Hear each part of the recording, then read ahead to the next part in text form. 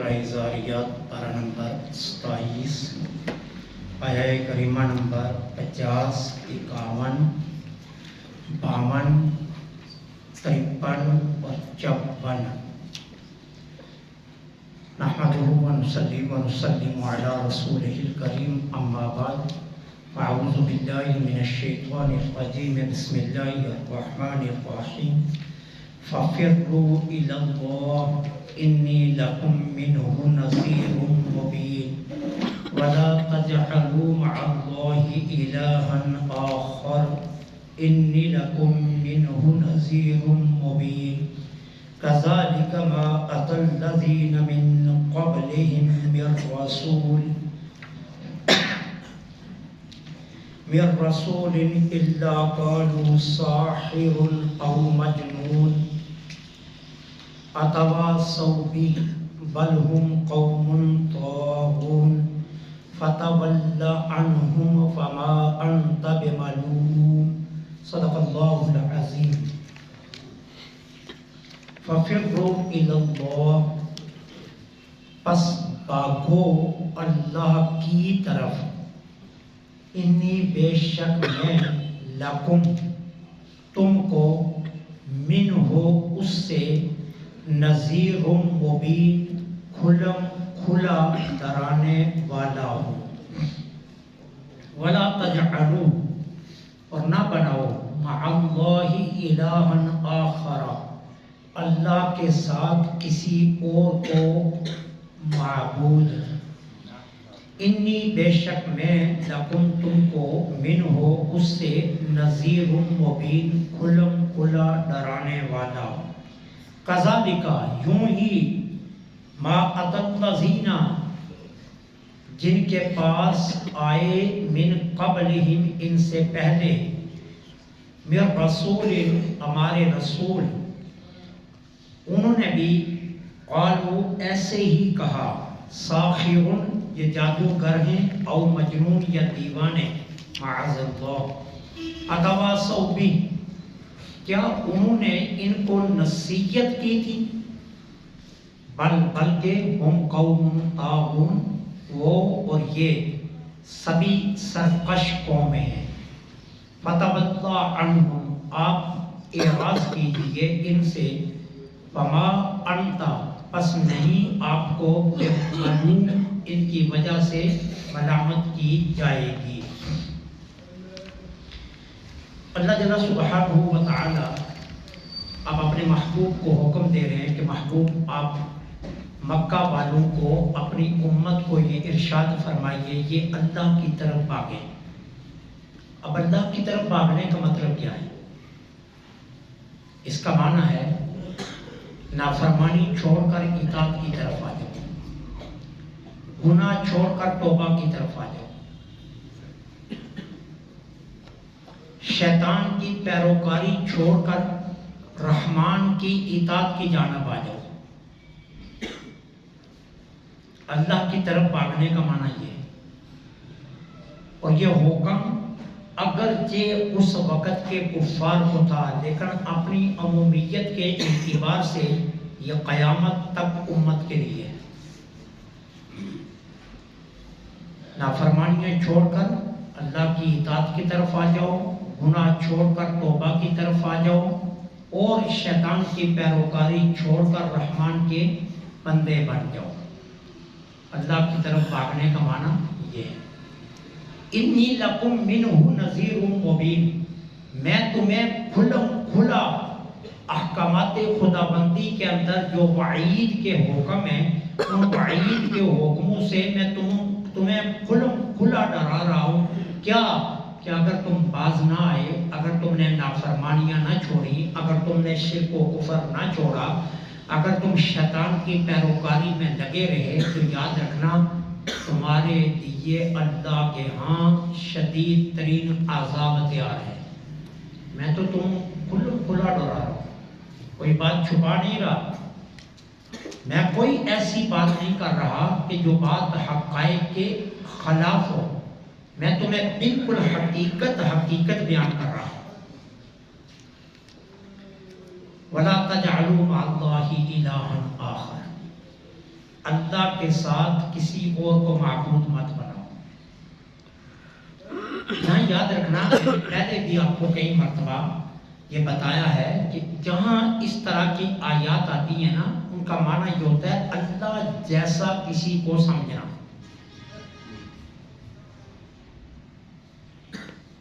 اللہ جیسا کسی کو سمجھنا۔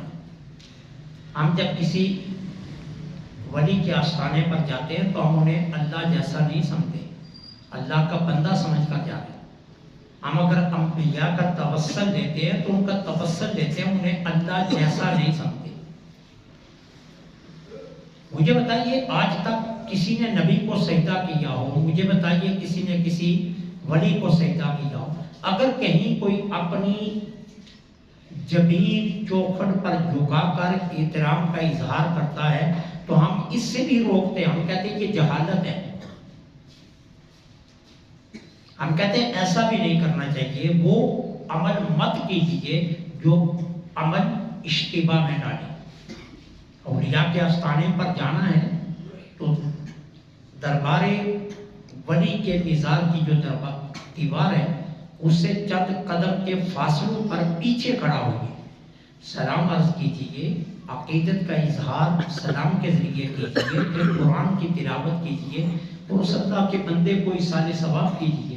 ہاں، اللہ کی بارگاہ میں یہ بات ضرور عرض کیجیے کہ مالک تیرے اس بندے کے قرب میں آیا ہوں، اس کے قرب کے توسل سے میری دعائیں قبول کر لے۔ اور یہ قرآن کا عقیدہ ہے، یہ شرک کا عقیدہ نہیں ہے، یہ قرآن کا عقیدہ ہے۔ حضرت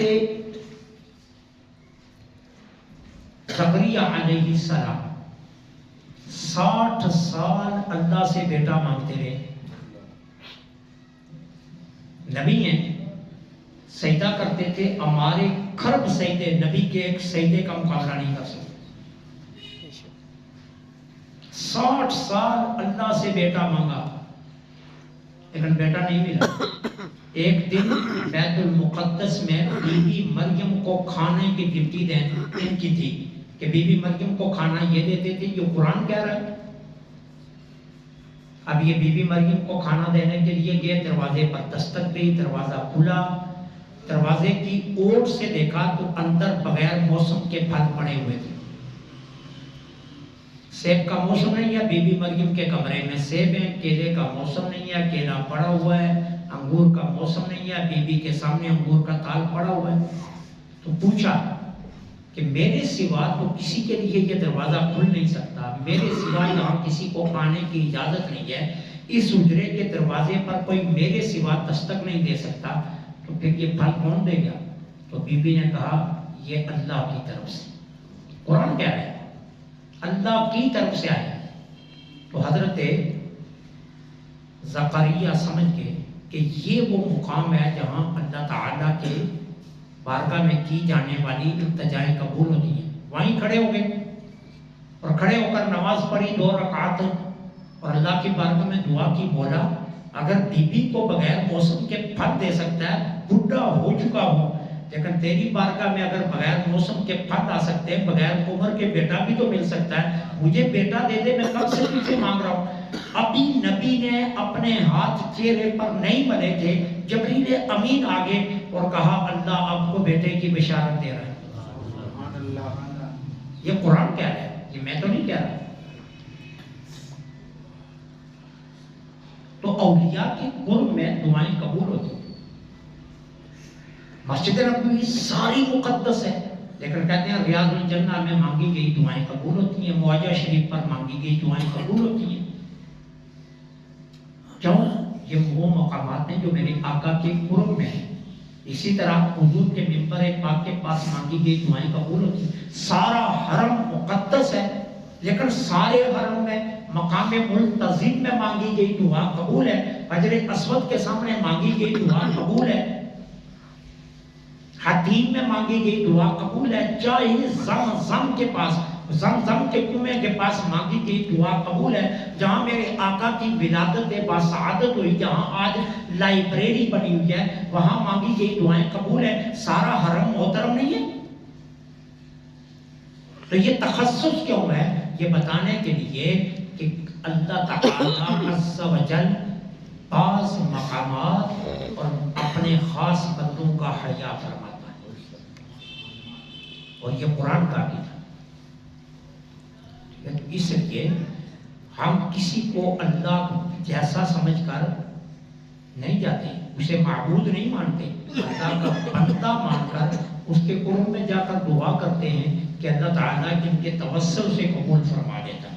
اور توسل کا جہاں تک تعلق ہے، یہ تو صحابہ سے ثابت ہے، ایک مقام نہیں ہزاروں مقام۔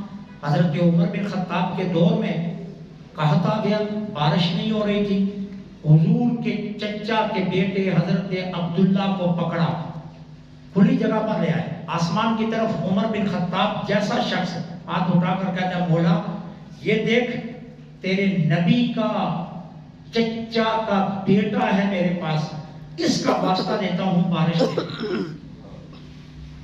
عمر دعا مانگ کر آگے، حضرت بلال مزنی، ایک بلال مؤذن رسول ہے وہ نہیں، یہ بلال مزنی ہے، یہ حضور کے بارگاہ میں سلام پیش کرنے کے لیے گئے تو ان کی اونگ آ گئی۔ اب اونگ میں کیا ہوا، سرکار دو عالم ان کے خواب میں تشریف لائے، فرمایا جاؤ عمر کو کہہ دو آج ہی بارش ہو جائے گی، اسی دن بارش ہوگی۔ اس طرح کے ایک نہیں سینکڑوں ہزاروں واقعات ہیں، ہزاروں واقعات ایسے موجود ہیں، ٹھیک ہے۔ تو اس لیے یہ ایسا معاملہ نہیں ہے، ہم کسی کو اللہ جیسا نہیں سمجھتے۔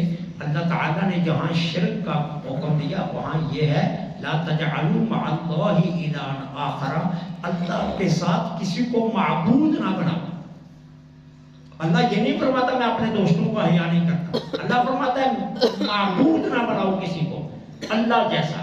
یہ شرک ہے، شرک کی حقیقت یہی ہے، باقی افسانے ہیں۔ شرک کی حقیقت یہ ہے کہ کسی کو اللہ جیسا معبود نہ مانو۔ انی لکم منہ نذیر مبین، میں تمہیں کھلا اس سے ڈرا رہا ہوں کہ شرک معاف نہیں ہوگا۔ کذالک، اللہ اپنے محبوب کو تسلی دے رہا ہے، محبوب ایسے ہی پہلی قوموں نے بھی اپنے رسولوں کو کہا، کذالک یوں ہی ما اطاع، جن کے پاس آئے من قبلہم، آپ سے پہلے، من رسول، آپ سے پہلے بھی جن قوموں کے پاس رسول آئے انہوں نے اپنے رسولوں کو کیا کہا، کسی نے جادوگر کہا اور کسی نے دیوانہ کہا۔ اگر یہ مکہ والے اس طرح کی زبان آپ سے استعمال کر رہے ہیں، مکہ والوں کا لب و لہجہ اگر یہ ہے، مکہ والوں کا انداز کلام یہ ہے، تو آپ گھبرائیے نہیں۔ آپ سے پہلے اللہ کے جتنے رسول اپنی قوموں کی طرف آئے ان کی قوموں نے یہی زبان استعمال کی ہے۔ اب ایک تعجب انگیز جملہ ہے قرآن کا، اتواصوا بھی، کیا انہوں نے نصیحت کی تھی ان کو؟ ہر جانے والی قوم پچھلی قوم کو نصیحت کر گئی کہ اگر اللہ کا رسول آیا تو تم اسے دیوانہ اور مجنون کہنا۔ یہ تعجب والی بات ہے، اتواصوا بھی، کیا وہ نصیحت کر گئے؟ اب اللہ اس تعجب کو خود رد فرما رہا ہے، فرما نہیں، بل قوم طاغون، بلکہ ان کی سرشت ایک ہے، وہ بھی اور یہ بھی سرکش قوم ہے، سرشت ایک ہے۔ یہ ہمارا ہے کہ ہم جو ہے تقسیم کرتے ہیں، اچھا کافر اور برا کافر۔ کافر کافر ہے، اس میں اچھے برے کا کوئی تصور نہیں، یہ یاد رکھنا۔ ہم کہتے ہیں کہ جی فلاں کافر بڑے اچھے ہیں، فلاں برے ہیں۔ کافر میں کفر میں کوئی اچھا نہیں ہے، کفر سب کا سب برا ہے۔ ہاں فرق کیا ہے، روز سرکار دو عالم کی بعثت سے دو طبقات کفر کے چلے آ رہے ہیں، ایک دہشت گردی کا طبقہ اور ایک سلو پوائزن کا طبقہ۔ ابو جہل جس طبقے کی قیادت کرتا تھا وہ دہشت گرد تھا۔ مکہ میں جتنے صحابہ پر ظلم ہوتا تھا نا، ان کی قیادت ابو جہل کے پاس آئی۔ حضرت بلال کو پاس کھڑے ہو کر مار پروایا کرتا تھا۔ حضرت یاسر ہیں، ان کی بیوی ہے سمیہ، اور ان کا چھوٹا سا بیٹا ہے حضرت عمار جو ابھی نابالغ ہیں، بالغ نہیں۔ یہ تین مقدس ترین افراد کا قافلہ سے ہجرت کر کے مدینے جانے لگا، ابو جہل نے پکڑ لیا. حضرت یاسر کو اتنا مارا اتنا مارا اتنا مارا، کہنے لگا واپس لوٹا شرک پر. آپ نے کہا نہیں لوٹا. ٹھیک ہے، کیا کیا؟ زمین پر لٹا کر تلوار کی نوک اوپر رکھ کر اوپر اپنا وزن ڈالتا تھا اور پھر کہتا تھا لوٹا. یہ کام کب کر رہا ہے؟ سامنے بیوی کھڑی ہے، سامنے نابالغ بچہ بیٹا کھڑا ہے. حضرت عمار کھڑے ہیں اپنے باپ کا یہ اشر دیکھتے ہوئے. اتنا تشدد کیا کہ حضرت یاسر شہید ہو گئے. آپ حضرت سمیہ کو پکڑ لیا، اسے کہتا ہے اپنے بیٹے پر ترس کر، نابالغ ہے، اکیلا رہ جائے گا، کدھر جائے گا، کون اس کا وارث ہوگا، کون اسے سنبھالے گا، شور تو تیرا گیا. حضرت سمیہ کہتی ہیں ایسا نہیں ہو سکتا. پہلے تھپڑ مارتا ہے، پھر ڈنڈے مارتا ہے، پھر جب نہیں مانتی تو ان کو رسیوں سے جکڑ دیتا ہے، پھر بھی نہیں مانتی تو 2 اونٹ طاقتور منگواتا ہے اور ایک پاؤں سے رسی باندھ کر ایک اونٹ سے باندھتا ہے، دوسرے پاؤں سے رسی باندھ کر دوسرے اونٹ سے باندھتا ہے اور دونوں اونٹ مخالف سمت میں دوڑا دیتا ہے. اور جب اونٹ دوڑنے لگے دونوں اونٹوں کو نیزے اپنے ہاتھوں سے اجال مارتا ہے کہ تاکہ یہ بھاگے. اور جب وہ بھاگے تو حضرت سمیہ کے 2 ٹکڑے ہو گئے. بیٹے نابالغ کے سامنے یہ کام کیا. اس طرح کی تاریخ پڑی ہے کہ ابو جہل اس طرح کی دہشت گردی کرواتا تھا. یہ دہشت گردی کا گروپ تھا. اور دوسرا تھا سلو بوائزر، جو کھل کر تو نہیں آتے تھے لیکن اندرون خانہ آہستہ آہستہ مسلمانوں کو زہر دے رہے تھے. وہ تھا گروپ ابو سفیان کا، جو بعد میں مسلمان ہو گئے. اس گروپ کی قیادت ابو سفیان کر رہا تھا. آج بھی یہ 2 سرشتیں چل رہی ہیں، آج بھی یہ 2 چل رہی ہیں. ایک وہ کافر ہیں جو مسلمانوں کے خلاف دہشت کرتے ہیں. ہندو ہے، کشمیر میں ظلم کر رہا ہے، اسرائیل ہے، فلسطین میں ظلم کر رہا ہے. اس سے پہلے امریکہ نے افغانستان میں ظلم کیا ہے، امریکہ نے برما میں کئی عراق میں بے پناہ ظلم کیا ہے، شام میں ظلم کیا ہے، کہاں نہیں ظلم کیا. قذافی جیسے لوگوں کو مروایا، صدام جیسے ہمارے ہیرو لوگ نے ان کو مروایا. یہ کام امریکہ، یہ دہشت گردی کا گروپ ہے. اور ایک گروپ وہ ہے جو سلو پوائزن دے رہا ہے مسلمانوں کو. اقوام متحدہ میں جب بھی مسلمانوں کی حمایت میں کوئی قرارداد آتی ہے ویٹو کر دیتے ہیں. جو ہمارے یار ہوتے ہیں وہ بھی وہیں مخالف ووٹ دیتے ہیں. جن کو ہم یار کہتے ہیں کافروں کو، وہ بھی ہمارے خلاف ووٹ دے کر ویٹو کر دیتے ہیں. اس سے بڑا ظلم کیا ہو سکتا ہے؟ اس سے بڑا ظلم کہ روز لاشیں بچوں کے اٹھائے جا رہے ہیں فلسطین میں. کوئی بولا کافر ہے؟ کتوں کو پالنے والے، کتوں کو گھر دینے والے، کتوں کو 2-2 کروڑ کی گاڑی میں بٹھانے والے، انسانیت کے جانا حقوق کے علم بردار، انہیں یہ انسان نظر نہیں آ رہے تھے. یہ کیا ہے؟ یہ سلو پوائزن جو مسلمانوں کے خلاف چل رہی. آج بھی ہم کہتے ہیں یورپ میں انسانیت کی بڑی قدر ہے. لعنت ہے اگر انہیں فلسطین میں بہتا ہوا خون نظر نہیں آتا. تصاویر دیکھی نہیں جاتی. یقین جانیے اگر آپ کے اندر دل ہے تو آپ کو تصویر ایک لمحہ نہیں دیکھ سکتے کیسے باپ اپنی بیٹیوں اور بیٹوں کے لاشیں اٹھا کرتے ہیں، کیسے اجتماعی قبریں بن رہی ہیں. 200 بندے کو اسپتالوں کے سینوں میں دفنایا جا رہا ہے. اب تک تقریباً جو میڈیا کہہ رہا ہے 15,000 سے زیادہ مسلمان شہید ہو چکا ہے. کسی پر جمہوری نہیں بھی ہے نا. پھر اچھا کافر اور برا کافر کا تصور کہاں سے آ گیا؟ قرآن کہہ رہا ہے ان کی سرشت ایک ہے. محبوب یہ آپ گھبرائیے نہیں، یہ ایک شرشت کے لوگ ہیں. ہر دور میں کافر جو ہے وہ مسلمانوں کا مخالف ہے. ہر دور کے کافر نے اپنے انبیاء کو جادوگر اور ساحر کہا ہے اور مجنون کہا ہے. اس لیے سرشت ان کی ہے. وہ بھی سرکش تھے، یہ مکہ والے بھی سرکش تھے. فتولی عنہ. اب اللہ اپنے محبوب کو ایک اور تسلی دے رہے ہیں. وہ تسلی کیا؟ حضور علیہ الصلوۃ والسلام ہمیشہ رنجیدہ خاطر رہتے تھے. میں اتنی تبلیغ کر رہا ہوں، میں اتنی تبلیغ کر رہا ہوں، یہ پھر بھی کلمہ نہیں پڑھ رہے. میں اتنا محنت سے کام کر رہا ہوں، کار نبوت انجام دے رہا ہوں، یہ پھر کلمہ نہیں پڑھ رہا۔ اب اندیشہ تھا کہ حضور آرام بھی قربان کرتے تھے اور راتوں کو اٹھ کر ان کے گھروں میں جا کر حضور پیغام اسلام پہنچاتے، یہ اندیشہ تھا۔ اللہ تعالیٰ اپنے محبوب کو اتنی تکلیف نہیں دینا چاہتا تھا، فرمایا فتولی عنہ، محبوب ان کو چھوڑ دو، اللہ ان پر محنت کرنے کی ضرورت ہی نہیں تھا۔ فما انت بملوم، قیامت کے دن ان کے معاملہ میں آپ سے کوئی سوال نہیں ہوگا۔ آپ نے کار نبوت خوبصورت ترین طریقے میں انجام دے دیا، آپ نے جتنی محنت کی حق کے نبوت ادا کر دیا ہے۔ اب قیامت کے دن ہم آپ سے نہیں پوچھیں گے یہ کلمہ کیوں نہیں پڑھا ان نے، کیوں؟ آپ کا جو حق تھا وہ آپ نے ادا کر دیا، اب آپ چھوڑ دیجیے انہیں، ان پر محنت کی ضرورت نہیں ہے، یہ لوگ ایمان لانے والے نہیں ہیں۔ قیامت کے دن آپ سے کوئی اس معاملہ میں سوال نہیں ہوگا۔ اللہ سے دعا ہے اللہ